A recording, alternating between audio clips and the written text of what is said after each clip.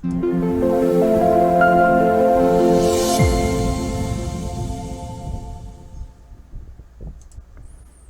everybody. This is Justin Case of American Newscape, rejoining our friend, coach, author, mentor, and down and out inspiration, Joel Evan, back for another installment of American Newscape. Hello, Joel. Welcome back. Justin, great to be here, brother. Hey, it's great to have you. So, that being said, where have you been? What's been happening with Joel? Yeah, let me catch you up. Last time we spoke, the book Ignite went bestseller in 7 categories. I'm super excited about that. I think you and I were chatting just about metabolic health and obesity and how only 6.8% of Americans are deemed metabolically healthy. And I think this book is just a simple and easy way that everyone can get healthy. And I'm really happy about that and where it's gone. But since then, I'm taking a little bit of a detour, and I think many of you and your listeners know, we talked about this last time, is just my background, being a police officer for 14 and a half years, and just some of the things that I saw, and really how it affected me and my family, and the toll it's taking. And so I am even on a bigger mission than, can you believe obesity is definitely a big mission? So let's not get it twisted. But I'm even on a bigger mission to impact men and families and the future generation of families to come with some of the work that I've been doing personally. And I've just been seeing a lot of growth. And I know there's so much more to give back to the men in this cadre, in this group of people, the first responder men. And I think a lot of them don't realize that they're blowing it. They're blowing it in their families.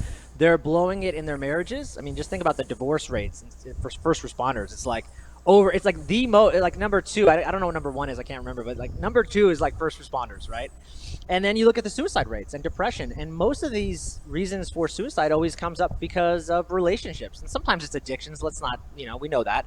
But a lot of times it comes down to they had an argument with their wife, or they're about to get divorced. They had infidelity, all these things. And if we can prevent that and we can really strengthen the home, man, I think so many good things are going to happen. So that's what I'm passionate about. I'm starting to develop right now a first responder program for men that want to be elite dads and husbands, and I'm super excited about that. Well, you know what? This is an exciting program. The first responders have always been dear to my heart. And, it's that old, the National Guard commercial. They're going into the fire. They're climbing the World Trade Center. They're showing up to provide assistance, and the emotional toll is dramatic. And you brought it up. It can be dramatic on the family as well. Think about the profession. I was, just like what you just said, it even dawned on me. And I never thought about this as a first responder when I was doing it. But it's like, what other career do you know where, like, when bullets go flying, like, everyone runs? Yeah. Not the first responder. They're going towards the danger. They're going towards the bullets. And that's such a rare quality, I was thinking. And I had Tony Blauer on my podcast not too long ago, who's a self-defense expert, world-renowned martial artist, self-defense expert. And he was saying, Joel, it's like in your DNA, you whether you know it or not, like, you're just wired different. Like, there's only so many people like you that have, and he wasn't paying me a compliment, but really just saying, like, this warrior mentality of, like, there's only a special person that can really want to do that craves to go towards that. And I never thought about that until he said it, and he's right. And again, the trauma that many people see, the PTSD, the trauma, the emotions that they go through, most first responders don't cope with it well, and they come back home and they veg out and they're not present with their wives. And I've talked to so many wives, and I said, are you seeing this phenomenon in your house? And I will kid you not, all I hear over and over again is, Joel, if I could take the cell phone out of their hands, I would rip it out. I would throw it away. Yeah. No downtime. No downtime. And a lot of us don't think about PTSD, but, a police officer or somebody that's guarding the border, like the Border Patrol, they're dealing with they have potential for post-traumatic stress syndrome every day, not counting what may have happened to them previously. So this sounds like a good program. What are you envisioning for the program? Yeah, great question.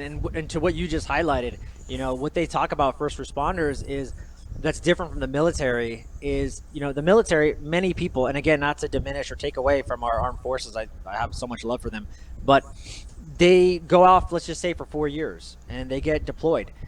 And after the 4 years is up, many of them, that's it. Then they come back home and they come back into quote unquote normal life. But a first responder that's every day for 20 years. They do 15 to 30-year careers. And so you just imagine, like, every day there's just those micro cuts that is just chipping away at them. And so I'll just tell you, I'll be a little vulnerable and just kind of tell you about my progress in my own journey and just kind of what I've learned.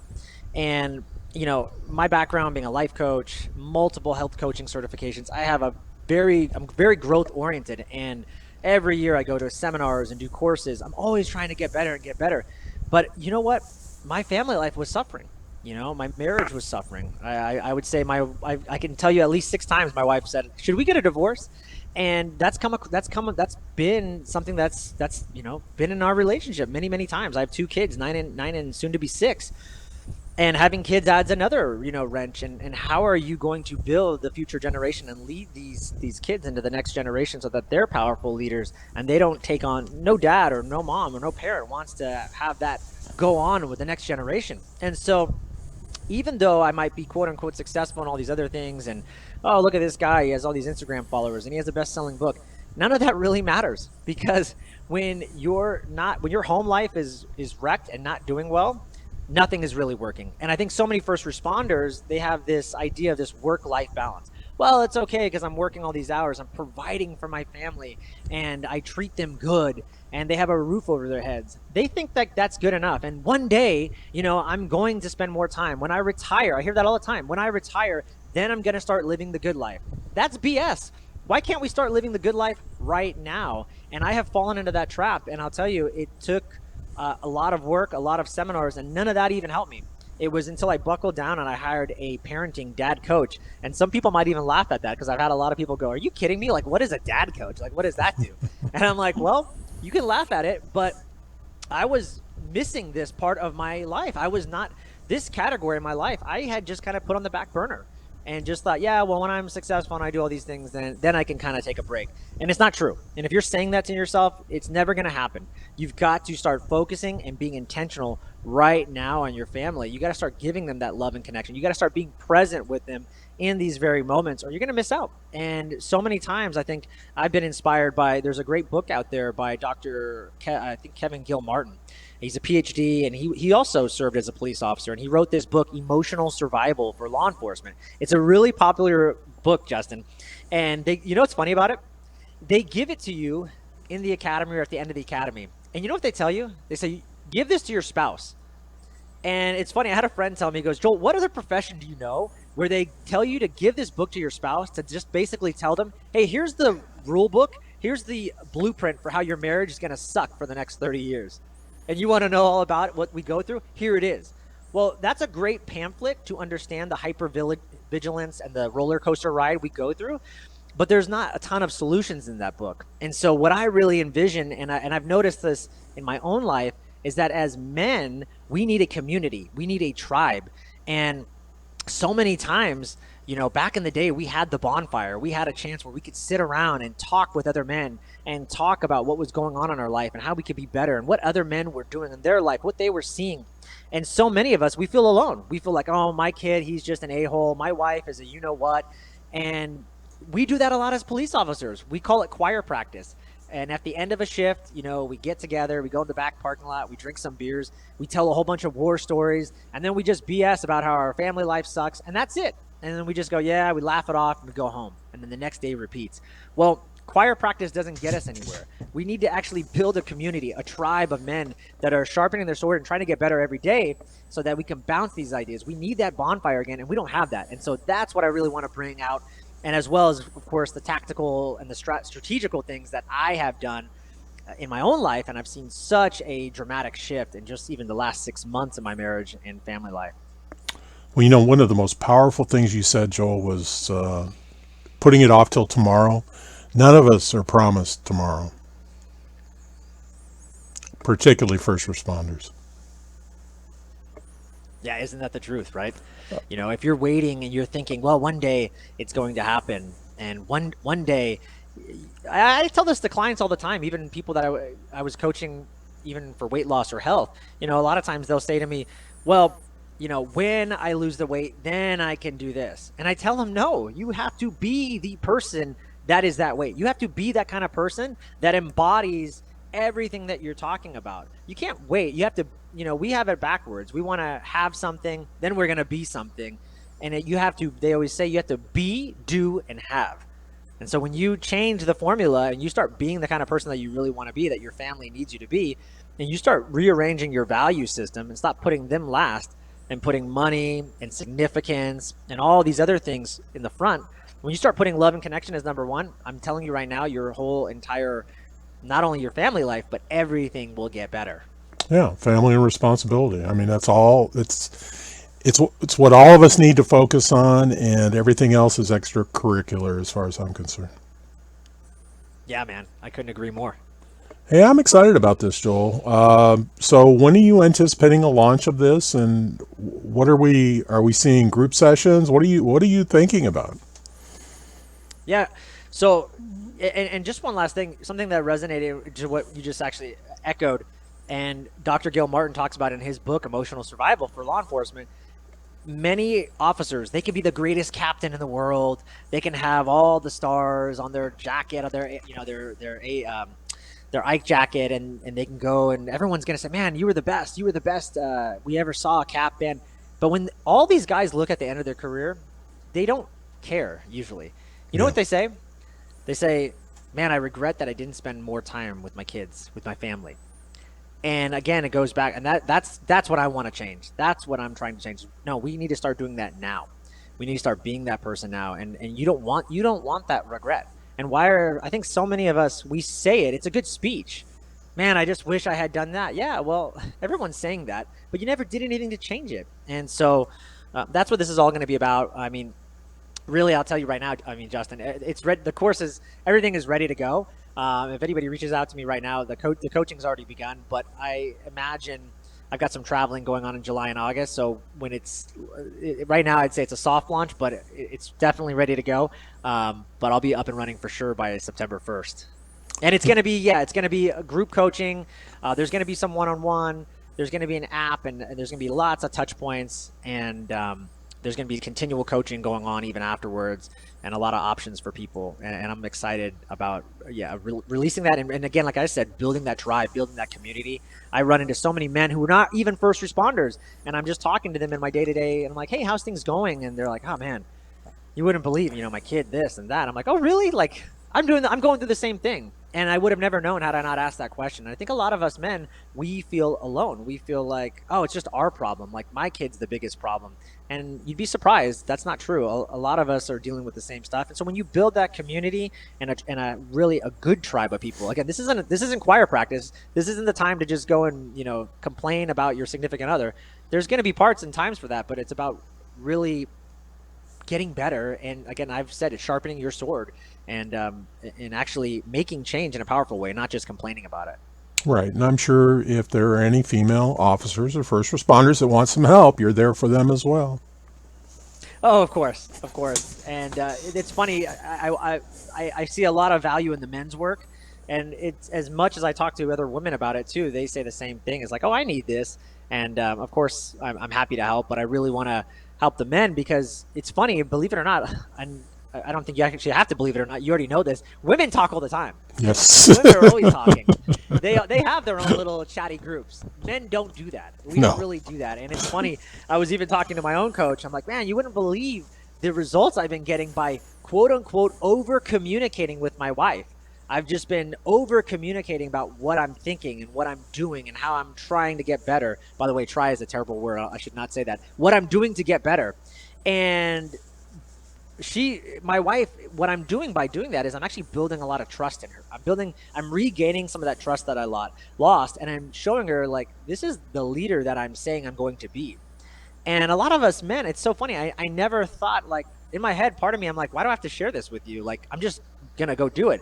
But when I communicate that with my wife, she now knows what I'm thinking, and she wants to know that, and she's craving to know that. But I never thought that. I just thought, what are you so excited about now that you know about it? But so anyways, I joke and I say I'm over communicating. My coach told me, he goes, Joel, you're not over communicating. You're actually just communicating for the first time. So these are the kind of the breakthroughs that you start to get when you start doing some of this work.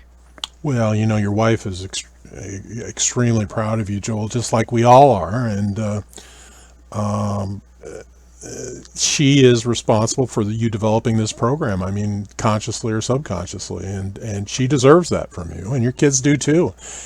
And that's the other thing, let's let the children and family members of first responders be proud of what they're doing.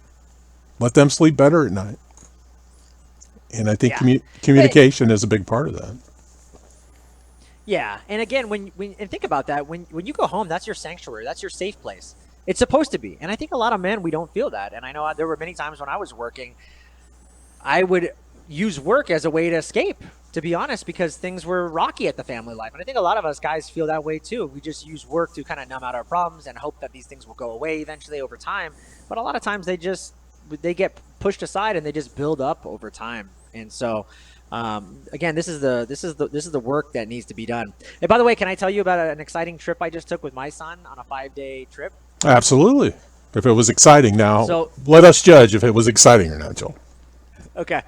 So I just this last month, my son, and talk about, really wanting to push the edge of my own comfort levels and go deep on this work, keep pushing it and going deeper and do things that I haven't thought. Like I said, I've been to all the Tony Robbins seminars and all these things. And one of the most impactful things I've done with my 9-year-old just this last month is we went on a 5-day men's father-son trip. And it was a wilderness trip, and it was almost like a rites of passage trip. And so we learned things like building a fire out of flint and steel.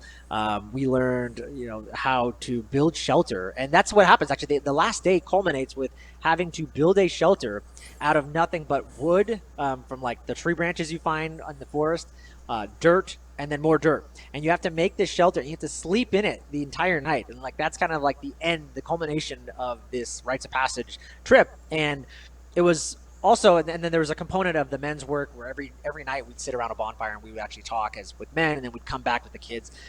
One of the most transformational experiences I've ever had, and I suggest anybody, if they're thinking about, if they have a boy, I think the guy who runs it goes from 8 to 12 years old. If anybody can do this, it was one of the most transformational things I've ever done.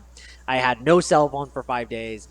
I was just present with my kids, and I never realized how powerful nature could be to actually create presence, because you just start, you're not tied to your phone and TikTok and all these things, and you just have a time to actually be super focused and intentional with your son the entire time, and also with nature. And you realize, my God, look how beautiful nature is and what it's given to us, this give and take relationship that we're not even aware of on our day-to-day. Because again, we're just so busy in our heads, looking at our phones, and we've got bills to pay and all these things. One of the most impactful things I've ever done, and I can't recommend that enough for men. If they're interested, they can reach out to me. I can tell you, or I'll just tell you on the show if you don't mind. It's called Twin Eagles Wilderness. It's in Idaho, northern Idaho. Tim Corcoran runs the retreats. Phenomenal. And these are the things, again, that I'm talking about that I've been working on myself, and just seen a lot of growth and a lot of aha moments coming out of it. And this work's never done, as you know. It's never one day where you just you're like, oh my God, I got it. I'm finally a good dad. No, there's every week, every day, every hour you're being tested. And your kids they are the greatest life coach or reflection of you and the things that you dislike about yourself. Your kids will shine that light on you the brightest. And most of us, we look at ways to put out that flame, and we look at ways to punish our kids and say, you're not good enough, or you're not doing this, and we blame them. We enemify our kids. We make them enemies. And when you start doing this work, you start to say, well, what am I doing to create this behavior? What am I doing to create this environment that's breeding this attitude? And again, don't get me wrong, there's times where the kid needs to be disciplined, and discipline is good, and we need that. We need that structure. But if you're not showing up as the leader every day in your home and your family, you're never going to build that trust with your wife or your kids, and they're never going to listen to you. It'd be fun, Joel, one day, if your son would enjoy it, we should interview you and your son about that trip, because his perspective would be probably really cool. Yeah. I'm always game for stuff like that, but you know who I'm going to have to ask permission from? Oh, absolutely. I was going to say that, but I didn't want to impose that on you. Absolutely. No, she hates social media, and matter of fact, just recently she said, any post that you have of them, please cut their heads off or whatever. I don't want them on social media. So my guess is the answer is going to be no. But at some point, I mean, maybe when he's 16 or 18 or something like that. By then, 10 years. How many years? He's 9, so 8. 8 years will have passed. I'm still game for that. Okay, podcast cool, or that interview. cool. And your wife's not wrong about that. So, all right. Hey, Joel, this was exciting. Everybody, hey, this has been Justin Case and Joel Evan bringing you American Awesome. Thanks for joining us. Remember, additional information and links are provided in this video's Read More. Today's the day to subscribe to this channel. Please learn more about Joel Evan and keep coming with us at the Cool Kids Table.